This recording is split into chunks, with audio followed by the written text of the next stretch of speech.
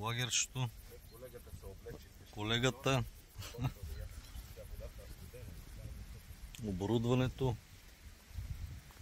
място е страхотно. Полянка като голф игрище. Равна, тревичка, зеленина. Прекрасно.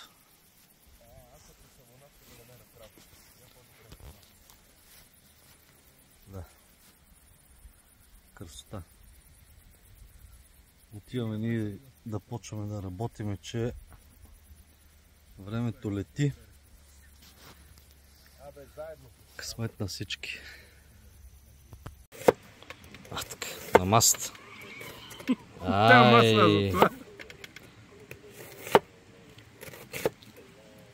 Дъска маса сключено, нали? Място за рязане. 3 в 1. Мултифункционал. То ноше като на Петко Войвода. Да.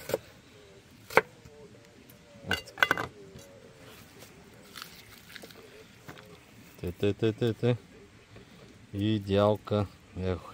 Това ще ни излишно, това много лухо да го правим. Ще го издеме?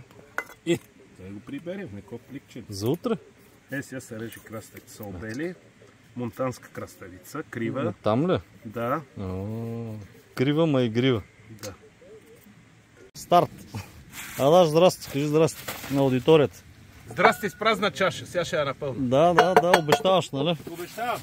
Така, его лагерчето, тук в тунелчето, хоп, долу в рекичката, 15-20 метра. Тук е асортимента, нали?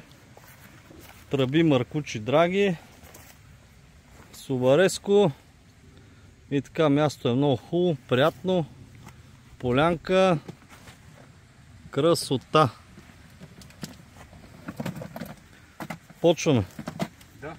По една биричка, после ще видим какво ще правим.